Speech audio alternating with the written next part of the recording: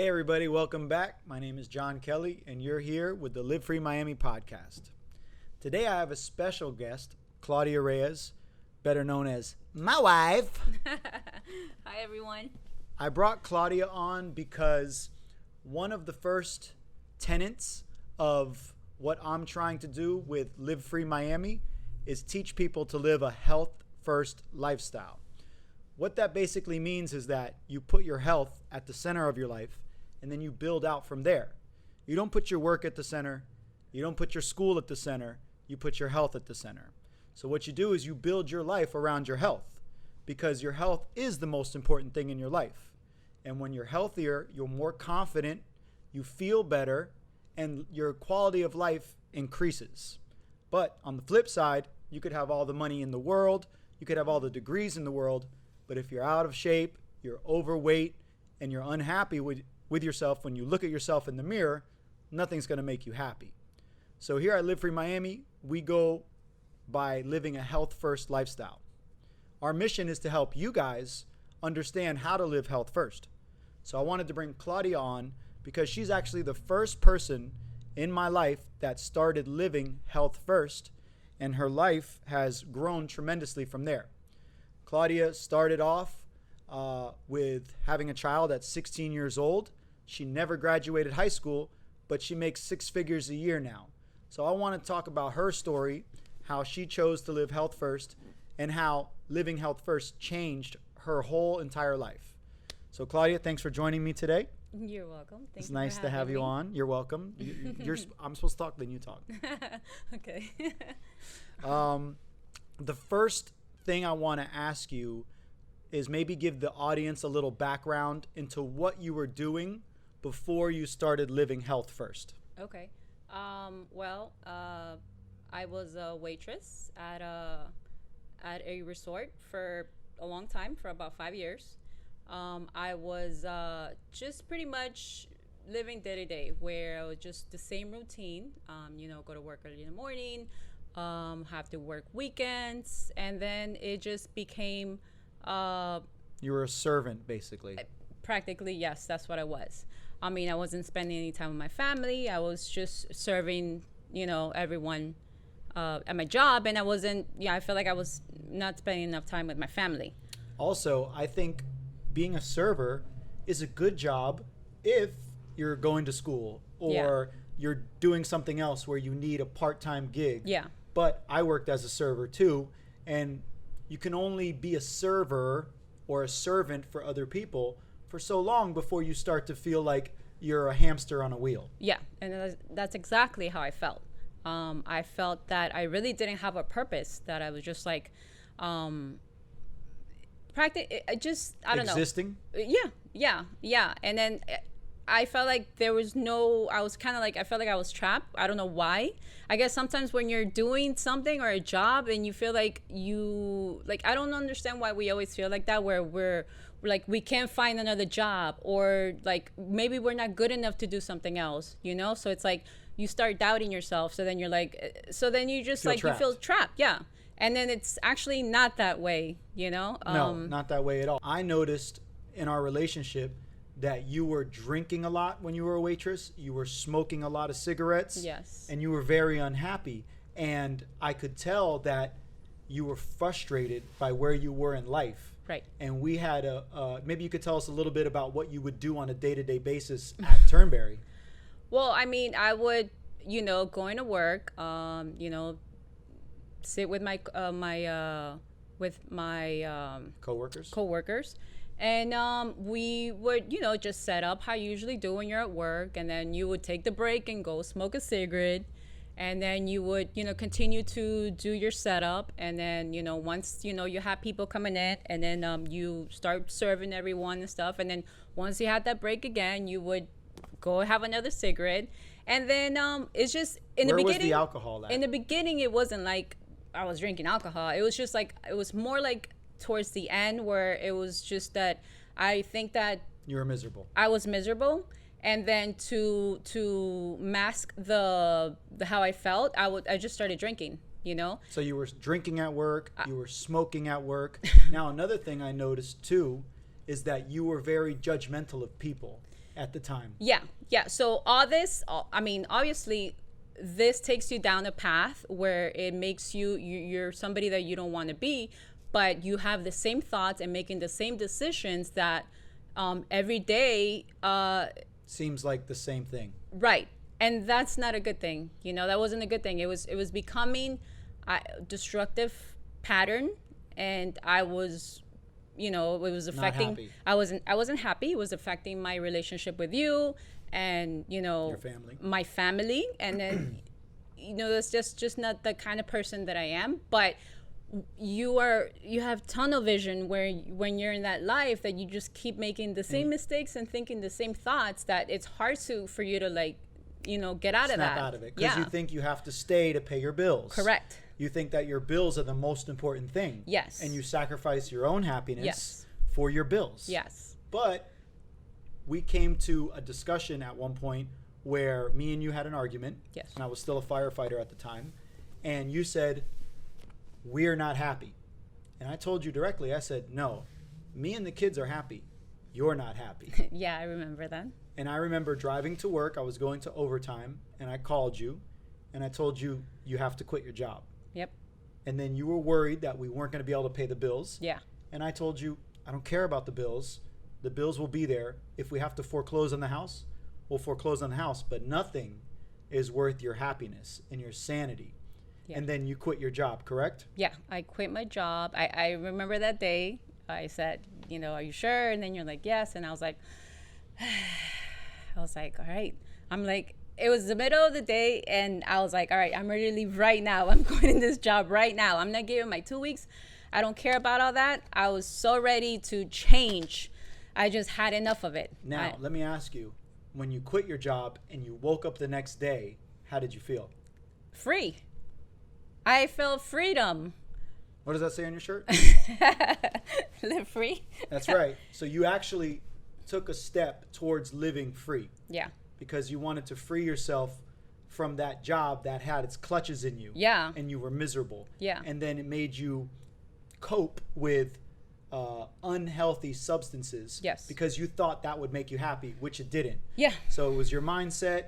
And once you were able to clear the slate, what was the next move that you made in order to actually put your health first? I started exercising. Now, before this, did you ever exercise?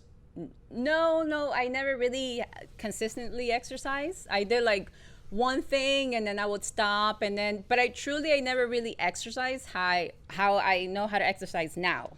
Right. And when you made that decision to exercise, where did you go?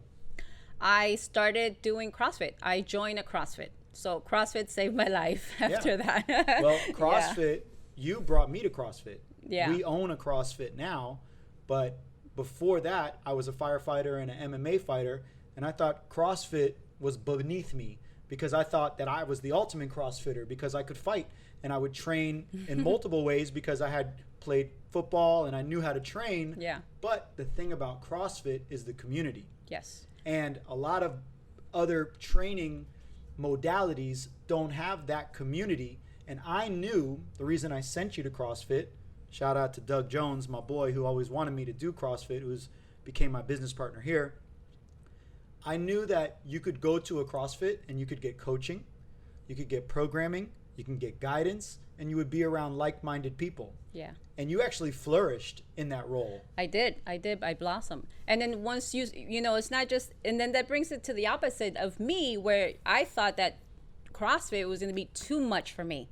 You know, like, oh, I can't do that. Those people are doing too much. But it actually, you can't do that. You can be, like, you don't have to be like the perfect person or the person that's never done exercise. I mean, like, you could be like both sides. You could just show up. Yeah, just show learn, up. Yeah. Get better. Yeah. And work hard. You're right. And how did you start to feel about yourself once you started to take responsibility for your health? I felt powerful. You know, I felt empowered. I felt like I felt like there was hope. And I felt like I can create, and I saw different possibilities, and I wasn't just having that trapped mindset, you know? I knew there was so much stuff that now I could do. And then things just started happening, you know, doors started opening. I started meeting new people, and And I think that the reason doors were opening for you is because people saw how much effort you were putting into your workouts. Because I know as a coach over the years, I can tell a lot about somebody just by the way they work out. If they work out hard and they don't quit in the middle of a workout, it usually shows that they have very good work ethic, and it shows that they believe in themselves. And they might not be doing the best, but they're a hard worker. And hard work translates to success. So when you were working hard in the gym every day, a woman approached you, correct? Yes. A lady approached me. She had her own catering company, and she used to cook meals for the athletes at the gym. And she saw that, I had that passion in me, that dedication, and she liked that about me. So then she asked me, she needed someone to help her out, and then I started doing that. Which it's kind of funny because I've always liked cooking, and my mom taught me how to cook, and I love just to cook, and it just came kind of natural to me, to put things together. And I started working with her, And what were learning. your hours? My hours, I think morning to like 5 or 6. No, they weren't that long. You were I can't only, remember. Remember, you were only working like 3 or 4 hours a day in the beginning. You were getting paid like $60 a day. Yeah, I don't really recall. Well, in the I can beginning. tell you, you were only Yeah. working like 4 or 5 hours, so that still gave you time to train That's true because I would do CrossFit first. first. Yeah. And then you would go to work. Yeah. Yeah, so you were still, even though you got a new job, you were still putting the main thing first, which was your health. My health. And then you started working in an industry that allowed you to be creative, that allowed you to have a higher ceiling than waitressing. Because as a waitress, you could only make so much money. It depended on how many people came in. So the woman approached you. She wanted you to work for her business. But did that mean that you were going to stop working out? No, that was my main thing that I found that brought me all that joy and freedom and power that I wasn't gonna let go of that. No. And when you were working for her, I remember you were only working like 3 or 4 hours a day. So we were making decent money. We were able to pay our bills with my firefighting salary and the little bit of money that you were bringing in. But eventually she left. Yeah, she left. She went to Paris. Yep. So Indefinitely. yeah, so she left, and then I learned that I was like, wow, look at this woman, she's doing this on her own. Like, she can do it, I can do it too. So that brought me like so many ideas where I was like, okay, well, you don't need a lot of people. You don't need a lot of You don't need a huge kitchen. you don't need a huge kitchen. So let me start this. Let me see what happens. I remember you were reluctant to start in the beginning because you didn't want to step on her toes. Yes, I didn't want to do that because it's just not the kind of person that I am. But so many athletes started approaching me. That And she wasn't coming back. right, and then they were always like, when is this gonna happen? And then so I finally just said, okay, let's try it out. And we started with James. Yep, James. He was Mitch. our first client. Yeah, James Mitchell, a good friend of mine. Yes. We're birthday brothers. We were born on the same day. And he believed in us, and he asked you to cook meals for him. Yeah. And he invested in your company, RX Nutrition, which was great of him. And you cooked for him for a year. And then you began little by little to bring on more clients. Yeah. So then I started, doing it on my own. Like you said, I started with him. And then, started with like 5, then 10. And of course, not that much that, I can't do this all on my own. But I did it for quite some time. Well, I remember there was like a threshold that we would reach because we had to do the deliveries ourselves. Yeah. So working as an entrepreneur, you had to make a lot of sacrifices. Once you had your own business, you were no longer working for anybody. You were working for yourself. Yeah. So it all depended on your work ethic and the amount of time that we would work. And I remember you would cook all day. Yeah. And then we would deliver at night all Yeah. over town. We would Yeah. take turns. And by that point, I had opened the gym, and you started cooking for people at the gym. Yeah. So that made it, easier and Gave you more clientele. Yeah. I started cooking for more people, and then since right down the street from where we have our house, which is everything started just coming together, having the gym close by, us living close by too, and then lost it there. Well, like you said, everything started coming together. Yeah. And that's one of the things that I like to tell people in the gym, especially, is if you're not happy, start over. Yeah. Start from the beginning, which is your health, and then build out from there and allow those things to come together. Yeah. Simplify your life. Move closer to your job. If you're driving an hour in traffic every day, you're wasting 2 hours of your life in traffic. Yeah. You can move closer to your job or get a job closer to your house. Yeah. And by putting your health at the middle of your life and working out from there, you're able to make decisions based on that. Yeah. So I tell people all the time, what you want to do is look at each decision like this. If your health is the most important thing in your life, then you need to ask yourself this question. The job that you have, or the school schedule that you're setting, or the job that you want, the first question is, will this allow me to exercise every day? If the answer is no, do not take that job and do not take that school schedule. If the answer is yes, you move on to the second question. Will that job allow you to sleep 8 hours a night? Because as a firefighter, I could work out almost every day, but I wasn't guaranteed sleep every day. And I got sick from working out on my off days Right. and working as a firefighter as a career and as an MMA fighter as a career. So I learned that there's two questions you need to ask. Will you be able to train, and will you be able to sleep? If the answer is yes to both of those questions, you can take that job. You can take that school schedule.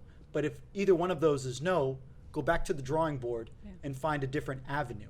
Yeah. Because there's so many avenues that will allow you to make a living and be happy at the same time. Yeah.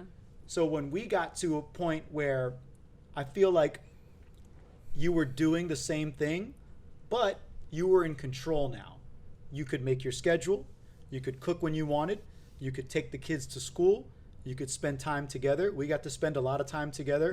When I would come home from the gym, we would be together. And that was really good for our relationship because we were able to connect again. Yeah, brought us closer again. Yeah, and we had been together at that point. That was 2013. So we had been together for about 15 years. And we were kind of growing apart. Yeah. But by you putting your health first and then inspiring me to leave the fire department and open the gym and put my own health first, we were able to create two businesses that complemented each other, and we were able to grow together, which changed our lives and changed our kids' lives and the lives of the people that came to the gym and ate your food. Because I know the people that eat your food, they love your food because you put love into the meals that you make. I've had meals, and I'm not just saying this because she's my wife. You can ask anybody who's had her cooking, is that I've had other delivery companies and I've had your food, and it's totally different. Now, you're not the gourmet chef. You don't make the 5-star meals. You make the basic meals, but they taste better than the 5-star meals. Yeah. And I think that's what distinguishes you from other meal prep companies. Once somebody had your food, they couldn't go back to somebody else's food. So that gave you staying power. And over the years, you were consistent. Yeah. You never gave up. And then, as fate would have it, we got lucky, and a friend of mine who contacted me from jiu-jitsu 10 years earlier, me and him had a great relationship because we always went to battle in jiu-jitsu. And we respected each other because we were both tough people. And he reached out to me when he heard that we had a company because he knew that I worked hard, same way that she saw that you worked hard in the gym.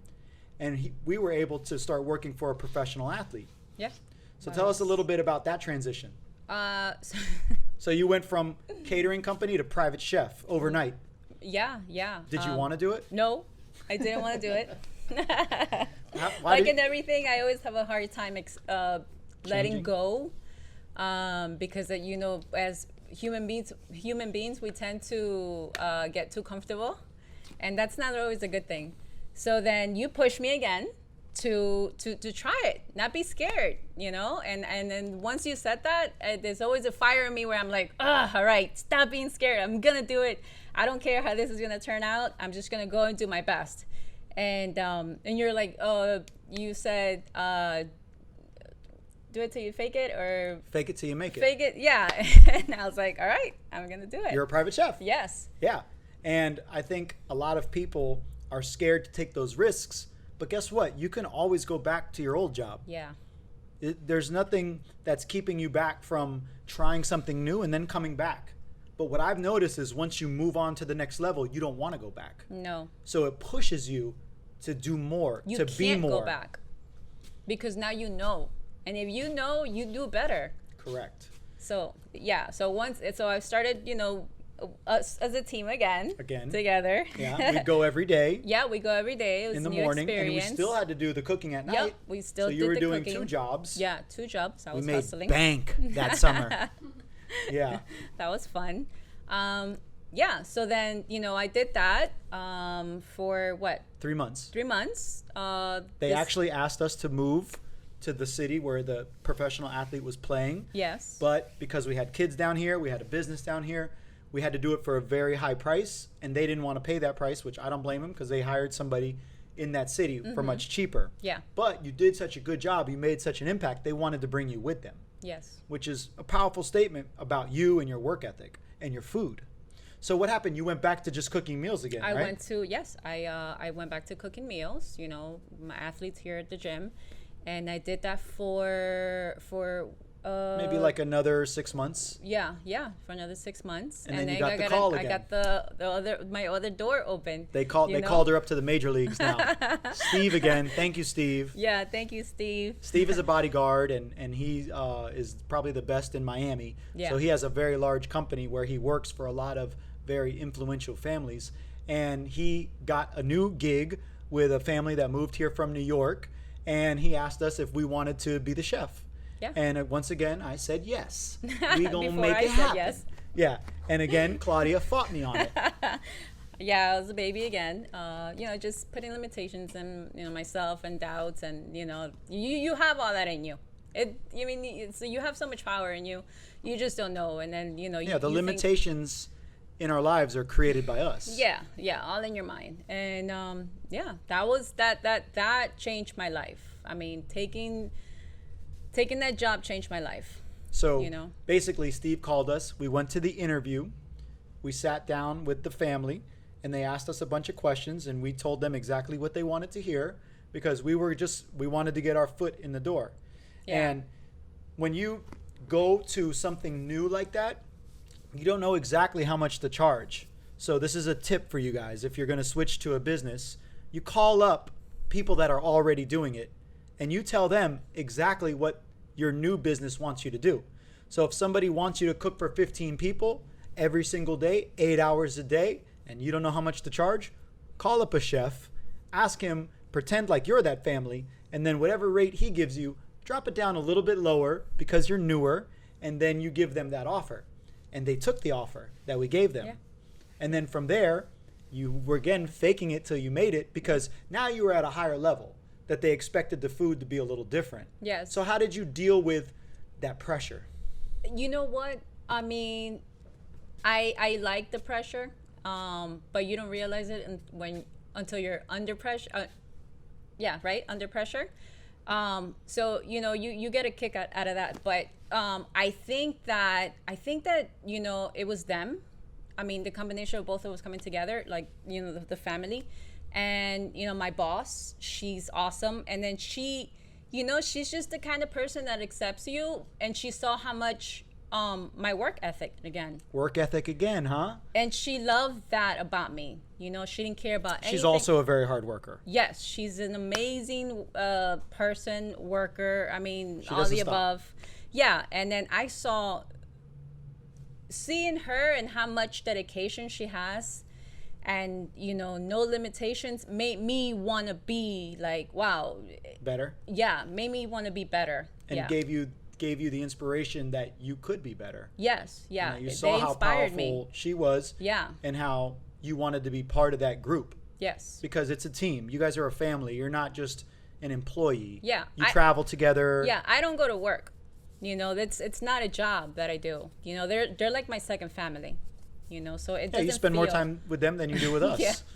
And you cook. She cooks them meals. She gets home, and then she's too tired to cook for us. So we have to scavenge through the refrigerator, eating turkey sandwiches and tater tots. Poor you guys. That's not always true. They get spoiled. Once in a while. Yeah. Sometimes I have to get spoiled too. So now you've went from high school dropout to miserable waitress. You decided that that was no longer the life you were going to live. Yeah. And you put your health at the beginning. You put your health at the forefront of your life, and you worked hard. And what I want people to get out of this podcast is that anything is possible. Don't limit yourself. All you have to do is take chances and work hard. If you work hard and you put your energy on yourself and you believe in yourself, you can accomplish anything. Yeah. I mean, look at Logan Paul. I'm not a big fan of Logan and Jake Paul. I didn't really know who they were until maybe like 6 months ago. But that guy was able to create a YouTube channel, develop a huge following to the point to where he was able to fight Floyd Mayweather for $20 million, and he had only had one boxing match. On top of that, he went 8 rounds with arguably the greatest boxer of all time. And I see a lot of people online saying, oh, they were hugging, oh, the fight was bullshit. That's because you've never got in the ring. And that's because you've never boxed or sparred anybody before. Anybody who's ever boxed or sparred knows how hard that is. And I couldn't imagine, I'm a ex-professional fighter. I couldn't imagine sparring Floyd Mayweather for 8 rounds. I would be gassed too. Yeah. Anybody would be gassed because Yeah. Floyd Mayweather is putting pressure the whole time. Yeah. So it's in the same vein as what you've done with your life. Yeah. I mean, we all, you can't look at somebody else and say, what powers do they have? We all have the same thing inside. You just got to know that you can do what they're doing. They're no different than you. And you have to find something you enjoy. Right. And that's when you put all the work. You put the work when you find something you enjoy. Yeah. You know, that's how it happens, because you can't just do something that you're miserable because you won't do the right, you just won't do the job correctly. No. No. You won't have a passion for it. Yeah. You won't get through the rough days. Yeah. And you also need to find something that you're going to connect Yeah. with people, because Yeah. that connection is what keeps you coming back.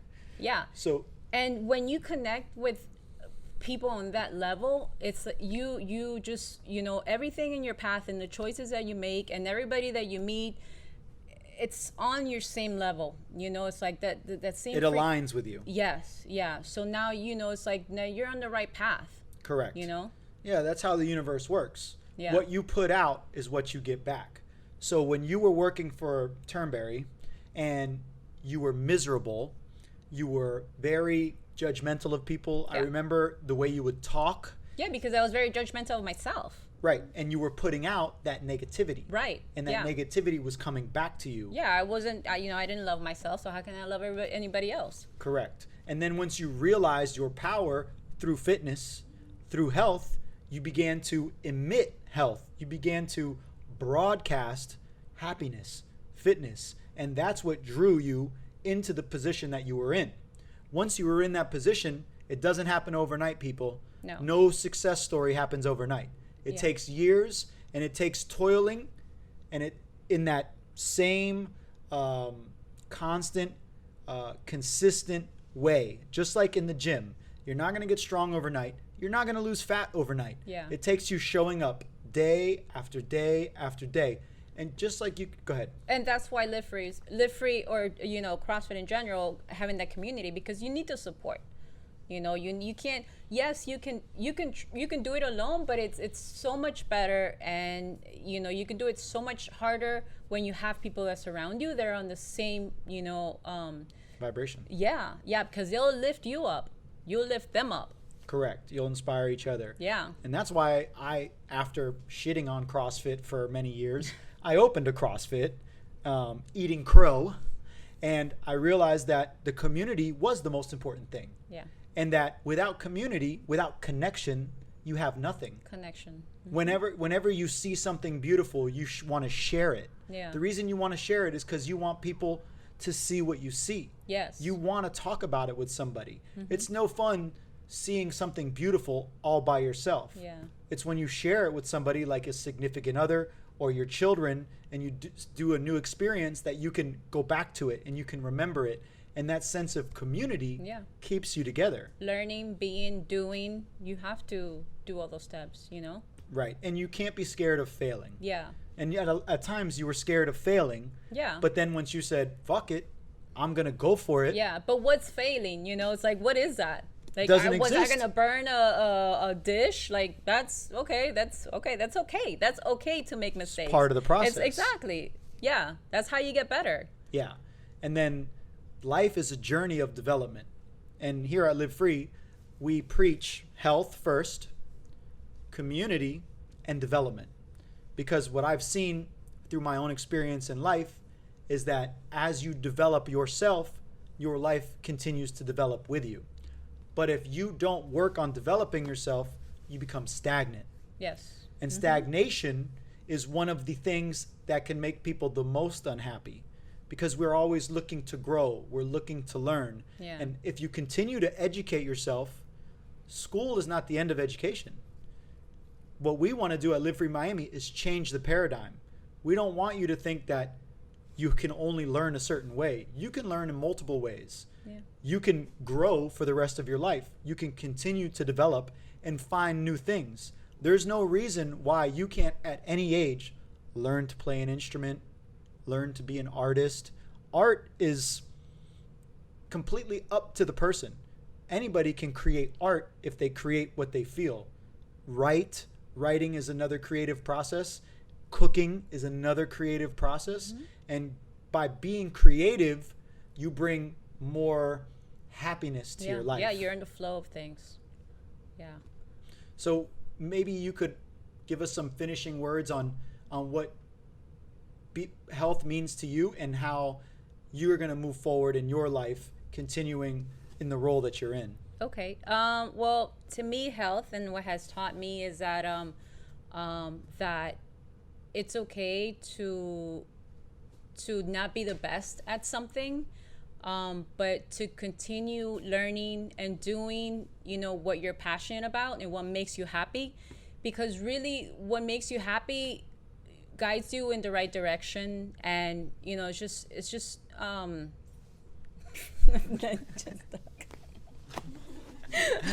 too many questions there.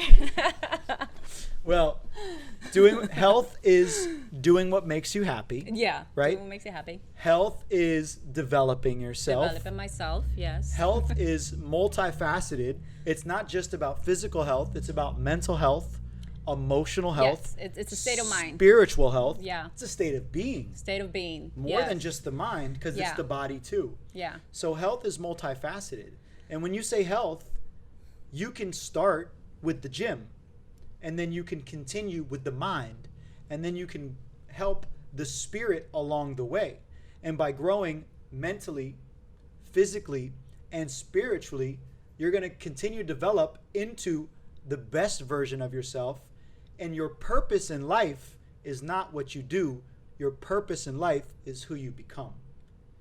So where you were at in your life, you were looking for purpose. Yeah. And it was all in front of you the whole time. Yeah. And all you had to do was make yourself your purpose. And then everything else fell into place. Yeah, it's like a puzzle. Everything just started falling into place. Good job. Thank you. Thank you, Claudia, for joining us on the Live Free podcast. Thank you for having me. My pleasure. I hope you guys got some little tidbits of information out of this podcast. And remember, you don't have to be perfect. You just want to make progress. One day at a time, consistently, will take you very far in life.